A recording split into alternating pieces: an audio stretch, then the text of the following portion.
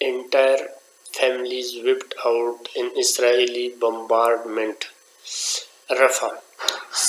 Sahar Awad is seated between her two neighbors. Together, they are among a few survivors of an extended Gaza family, of which at least 80 members have been killed in nearly 7 weeks of Israeli bombardment.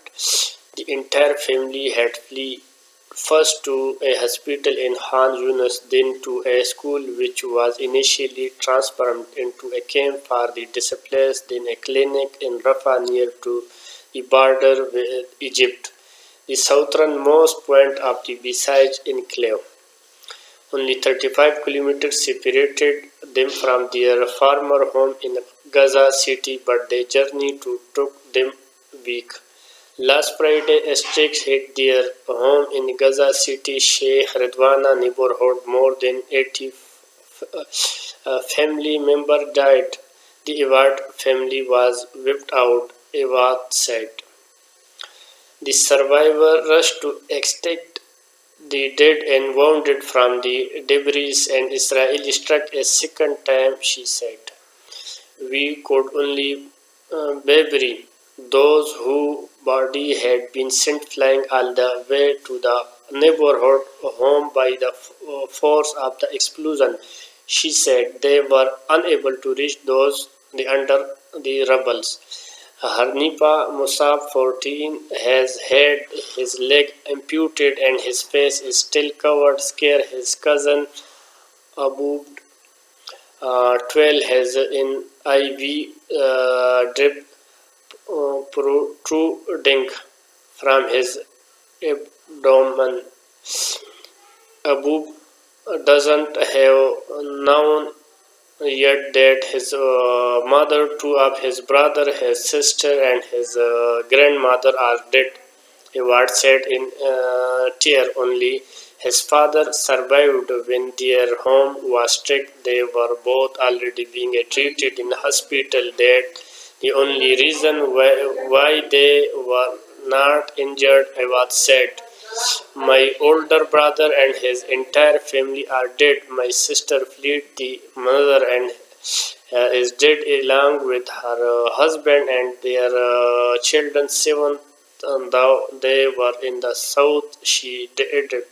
Musab's extended family has completely disappeared. Some of Awad together relatives has survived only because they have already fled. On the road south, Awad's son Muhammad, who was pushing his grandmother's wheelchair, was detained by the Israeli military. They were released yesterday, but he's in a terrible conditions. He was tortured and stripped of his clothing.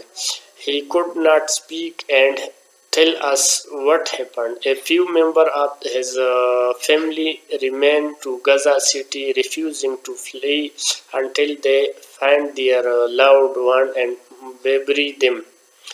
May God have mercy on those who were lost, but I am in terror over the rest.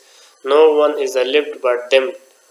Feda Zaid was only the 13 when she had her first son Adai. Today she is the 20 and they grew up together, she said, along with her second son Koswa, 19, and her daughter Shahida, 16. Zaid was the Uday just a few days ago.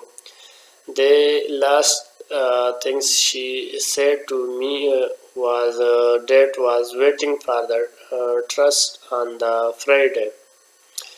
She asked me to prepare him to feast of rice and chicken. She said dozens died in a heavy airstrikes. I walked over to 50 bodies of the dead and injured people looking for the Uday.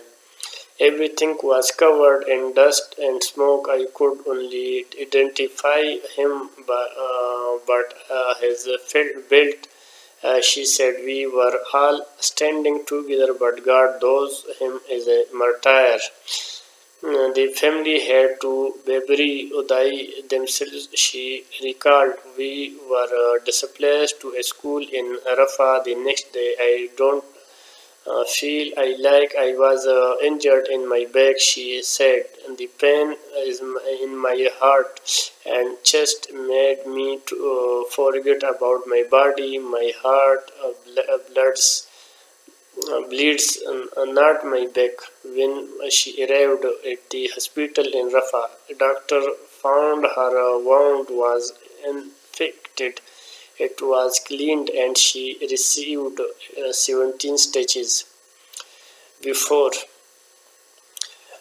she died, Uday and received a rare Israeli permit to travel to the occupied West Bank to attend the Palestinian Authority military academy in Jericho.